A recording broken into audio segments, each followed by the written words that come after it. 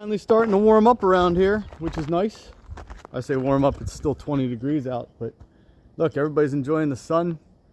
Got the ducks back there enjoying the sun. I don't know if you can see that. I can't see anything with the sun in my eyes, but I had a couple questions about forecasting and basically how much hay do I feed out, but that's a small question in a bigger sphere. So really, the answer to how much hay you feed out is dependent upon a variety of factors, and the main factor is, you know, who's eating the hay and how many of that who do you have. So the bigger question is, how do you do your forecasting and budgeting and planning for the upcoming period?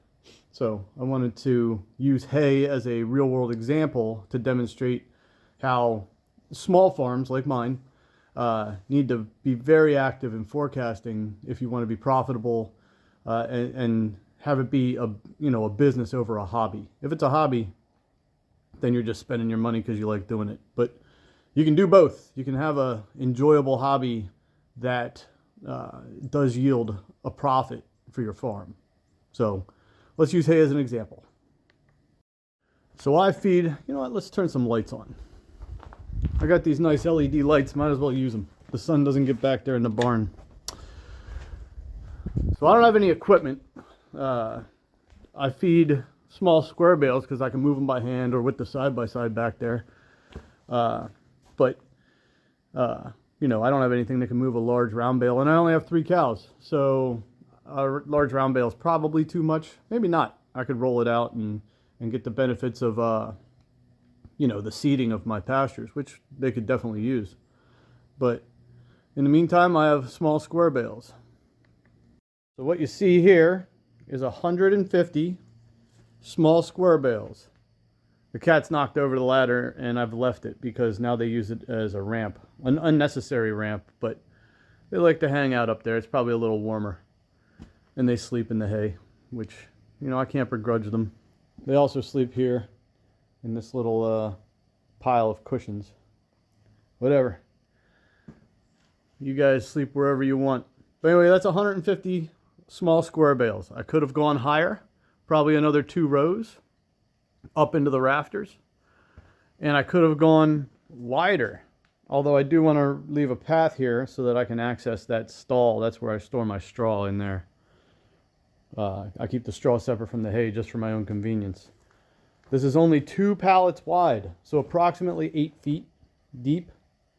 And then it is 1, 2, 3, 4, 5, 6 pallets long. So 24-ish feet that way. So that's the footprint. 24 by 8. And I'm only using half the space. I would say that if you drew a diagonal line from the top corner down to the bottom here, that's about a 45 degree, or, you know, maybe not 45 degrees because that would send us up there somewhere, but it is about half of the potential cubic volume of this space. So I could probably put another 150 bales in here ish and have a total of 300 stored, but that's too much for me. My cows eat approximately 3/4 of a bale per cow per day. And I have 3 cows out there. And I don't like the hay to sit here too long, no more than a year certainly, because it'll get musty. I keep them on the pallets so that I get airflow underneath, and that helps quite a bit. But over time, this stuff's gonna, you know, flake off, you can see, and it's gonna settle down there. And it's gonna reduce the airflow, which is gonna cause those bales on the bottom and the back to get a little musty on the bottom. Not a big deal because I'm feeding beef cattle. But I do have to be careful not to feed those bales to Jasper. So I keep a bale, usually I keep it over there on the pallets, but this is last year's hay. So this hay I got in October, I believe, maybe even September. And that's all I have left for my last 150 bales. There might be 10 bales there. And then I just keep 1 bale separate for Jasper. I cut the strings and I just flake it off. And he gets a flake a day, which is too much for him. And he's fat. But he looks at me all sad, and I cannot begrudge him his flake a day. So you got to plan, right? You got to plan your year. I only feed hay when the the cows need it. You know, once the grass starts growing, they're good.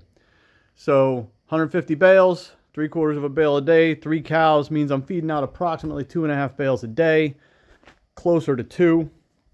So this gets me through 2.5 months of time. That 2.5 months, I just had this delivered, gets me out until mid to late April. And by mid to late April, grass should be growing. I should be feeding less. You're looking at $1,200-ish worth of hay there. So $1,200 over 75 days, you can do the math, but you know, it ain't cheap, but you know, you just got to factor that into your beef price. And again, forecasting and budgeting, they're the big lessons. The important part is that you treat, even if it is a hobby for you, if you're raising any kind of real livestock, you need to treat it like a business just for your own sanity, right? Because that means you're gonna seek efficiencies where you might otherwise not. You know, you're not gonna, don't treat your livestock as pets, unless they are pets. For instance, Kronk. Let's see if we can get Kronk over here. Yep, there he is. Kronk is a pet in every aspect of the word. And he's an expensive pet too. And he's belligerent and stubborn, very pig-headed.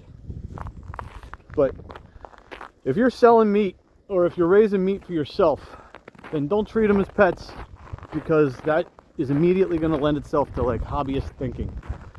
Treat them as livestock.